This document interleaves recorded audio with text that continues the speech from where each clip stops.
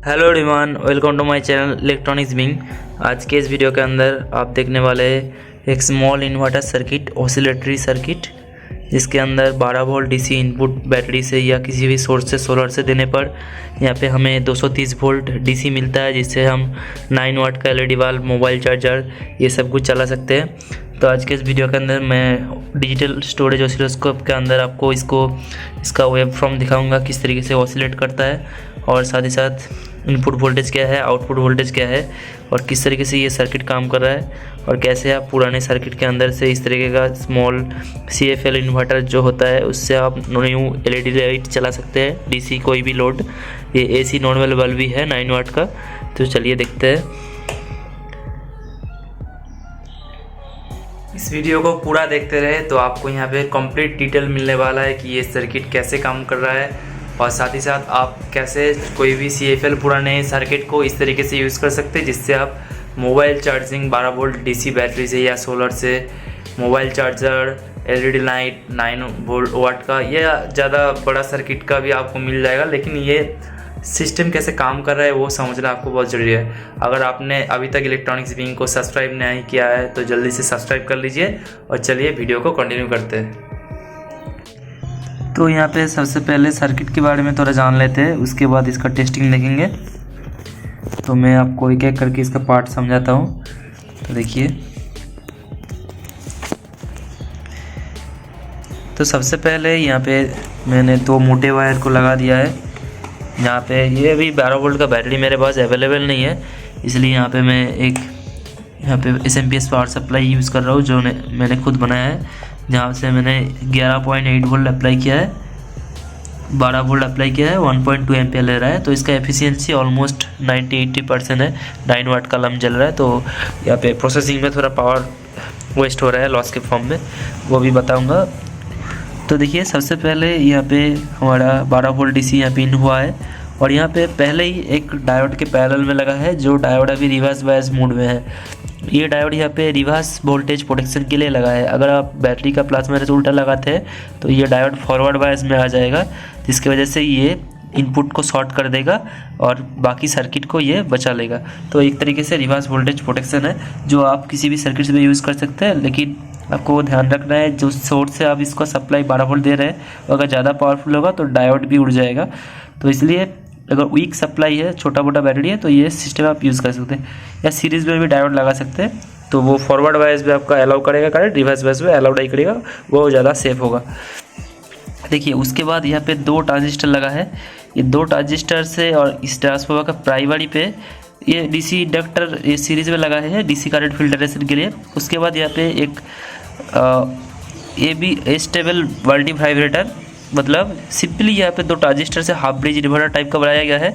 इसका बेस इस ट्रांसफार्मर के एक टेपिंग से लिया गया है, और इसका भी बेस इस ट्रांसफार्मर के टेपिंग से लिया गया है, जिससे कि जब ये हम पहली बार सप्लाई दे रहे हैं, एक ट्रांजिस्टर ऑन हो रहा है, जिससे वजह से ट्रांसफार्मर में करंट फ्लो होना स्टार्ट हो रहा है। वो करंट फ्लो होना स्टार्ट की वजह से दूसरे कॉइल पे एक इंड्यूस वोल्टेज पहुंच रहा है, तो उसकी वजह से दूसरे बेस पे सिग्नल जाने पे दूसरा ट्रांजिस्टर ऑन हो रहा है। इस तरीके से एक और transistor at a time on रही है, एक और है, दूसरा ऑफ है। इस तरीके से ऑसिलेट कर रहा है। एक यहाँ पे बाइस्टेबल ऑसिलेटरी सर्किट यहाँ पे डेवलप हो गया है। तो इसका सर्किट में कभी लैपटॉप में समझा दूंगा आपको। वे चीज़ है, ये कैसे काम कर रहा है, इसको ऑसिलोस्कोप पे आपको वेव फॉर्म दिखाता हूँ। और आउटपुट में आपको इस पे सेकेंडरी वाइंडिंग पे हाई वोल्टेज AC मिलेगा, मतलब 230 वोल्ट या 220 वोल्ट AC हाई फ्रिक्वेंसी। तो इसको हमें अगर यूज़ करना है तो अगर पहले वाला CFL लैब होता है, उसमें डायरेक्टली ये हाई फ्रिक्वेंसी उसके CFL टिप के अंदर जो वैक्यूम होता है उसको एक्साइट करता है, जिसकी वजह से वहाँ से आराम से आपका CFL जल जाता है। लेकिन आप देखेंगे CFL इस तरीके का जो CFL इन्वर्टर पूरा लाइट में जितना भी मिलता है, वो सारा CFL इन्वर्टर में क्या होता है, CFL लैब जलता है, लेकिन ये इस तरीके से LED लैब नहीं जलता है। क्यों नहीं जलता है? क्योंकि यहाँ पे हाई फ्रिक्वेंसी AC सप्लाई आ रहा है। ये आराम से 10 वाट का लैब जला सकता है। तो यहाँ पे सिंपली आपको 4 डायोड की मदद से ये AC आउटपुट को फुल ब्रिज रेक्टिफायर में DC कन्वर्ट कर लेना है। नॉर्मल डायोड आयन 4007 से नहीं बना सकते, क्योंकि वो हाई फ्रीक्वेंसी पे शॉर्ट हो जाएगा। तो high frequency diode FR 207 fast recovery diode FR 207 से फुल ब्रिज रेक्टिफायर बना के DC बना लेना है। और DC बनने के बाद यहाँ पे आपको एक कैपेसिटर 400 वोल्ट 47 माइक्रोफैराड या 4.7 माइक्रोफैराड के कैपेसिटर से डीसी को फिल्टर करके होल्डर पे लगा के आप कोई भी डीसी लोड 9 वाट का लैब जो डीसी होता है, क्योंकि इसके अंदर रेक्टिफायर पे डीसी बना के डीसी स्टेप डाउन चॉपर लगा के उसके बाद इसको यूज़ किया जाता है। जो 60 वोल्ट के अप्रॉक्स डीसी आपका एलईडी के सीरीज स्ट्रिंग में देता है। तो मैं आपको इन एक्शन दिखा देता हूँ। तो सबसे पहले मैं यहाँ पे आउटपुट जो है, आउटपुट में कितना वोल्ट होगा, यहाँ पे मैं इस मल्टीमीटर को डीसी 600 वोल्ट के मोड में सेट करता हूँ। इसके 2 वायर को पे पॉजिटिव नेगेटिव आउटपुट में लगा देता हूँ। देखिए कैपेसिटर का नेगेटिव जो है यहाँ पे आउटपुट में आपको एलईडी साइड में लोड पे कितना वोल्ट मिला है। नो लोड पे तो थोड़ा ज़्यादा वोल्ट मिलेगा, लेकिन लोड पे आपको एक्चुअल वोल्टेज देखना होगा, क्योंकि 9 वाट लैम्प ठीक से जल पा रहा है कि नहीं। और लैम्प को हम रिमूव करके भी दिखाएंगे कि कितना ये वोल्टेज निकाल रहा है नो लोड पे। तो देखिए आप आउटपुट में मैंने वोल्ट मीटर लगा दिया। तो ये भी इनपुट का वोल्टेज कितना आ रहा है उसके लिए यहाँ पे वोल्ट मीटर डिस्प्ले है करंट वोल्टेज के लिए, लेकिन फिर भी मैं एक यहाँ पे वोल्ट मीटर कनेक्ट कर देता हूँ। जो देखिए यहाँ पे डीसी 20 वोल्ट के रेंज में सिलेक्ट किया हुआ है। तो देखिए यहाँ पे मैं माइनस वायर यहाँ पे लगा देता हूँ और प्लस वायर इस पर लगा देता हूँ। ये माइनस प्लस लगा दिया। अब मैं ऑन करता हूँ। देखिए अभी हम लोग इनपुट में 12.5 वोल्ट सेट किया है, 1.21 एम्पियर ले रहा है। अगर दोनों को आप मल्टीप्लाई करें तो अप्रोक्स मैं आपको दिखाया तो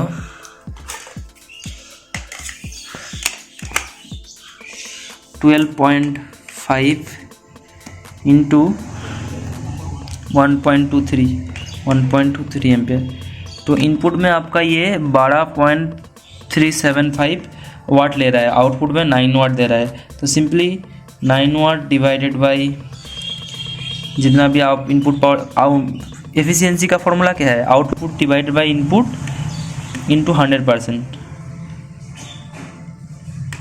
ये यहाँ पे देख सकते हैं, ये जो हमारा इन्वर्टर सर्किट बोले या ऑसिलेटरी सर्किट बोले, जो कि आपका डीसी टू डीसी 12 वोल्ट लेके डीसी 220 बढ़ा रहा है, इसका एफिशिएंसी 60% के अक्रॉस है। तो आप इसको छोटे मोटे इस तरीके से यूज़ कर सकते हैं, लेकिन ये ऑसिलेशन का सर्किट आप हाई पावर एप्लीकेशन पे यूज़ नहीं कर सकते कि 60 वाट का एफिशिएंसी है, 40 वाट तो हीट में कन्वर्ट हो जा रहा है।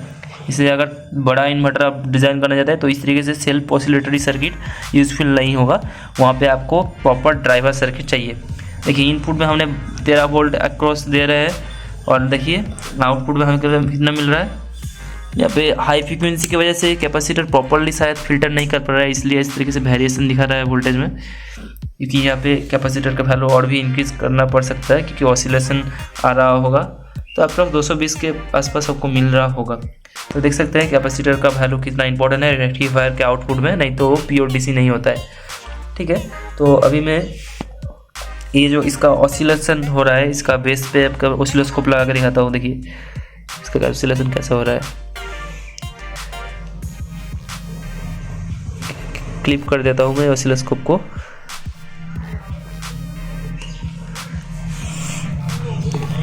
ऐसा लूजिंग हो रहा है शायद।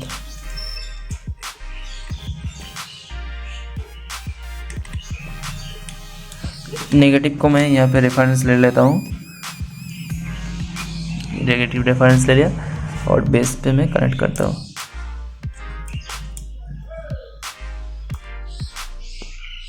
ये देखिए हाई फ्रीक्वेंसी यहाँ पे पल्सेस बन रहा है बेस पे, जिसकी वजह से वो ऑन ऑफ हो रहा है ट्रांजिस्टर। तो ये टोटल ऑसिलेटरी जो ये स्टेबल मल्टी वाइब्रेटर है, तो उसके बारे में एक मैं अलग से वीडियो बना दूंगा। अभी थियोरेटिकल थोड़ा बाद में बनाता हूँ, थोड़ा सा प्रैक्टिकल देख लीजिए किस तरीके से ये ट्रांजिस्टर ऑसिलेट कर रहा है। सेल्फ ऑसिलेटरी, यहाँ पे कोई कंट्रोल आईसी नहीं है, कोई भी पल्स विद मॉड्यूलेशन या साइन PWM कंट्रोल आईसी नहीं है।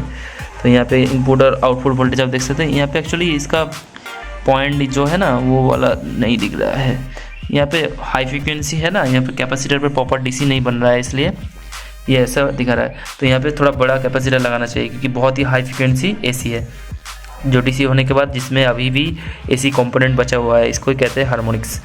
तो आप मोटा मोटी सर्किट को समझ गए होंगे। तो इसके बारे में और भी अगर जानना चाहते हैं नीचे कमेंट कीजिए, और मैं बहुत ही जल्द एक टोटल इसका DIY वर्जन भी ले आऊँगा।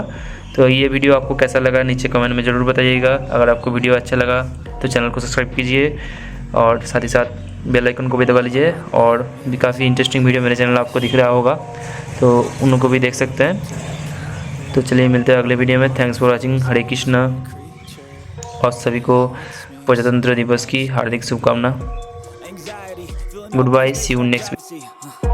And silently, it could build and build until you finally see, whoa, it's taking over.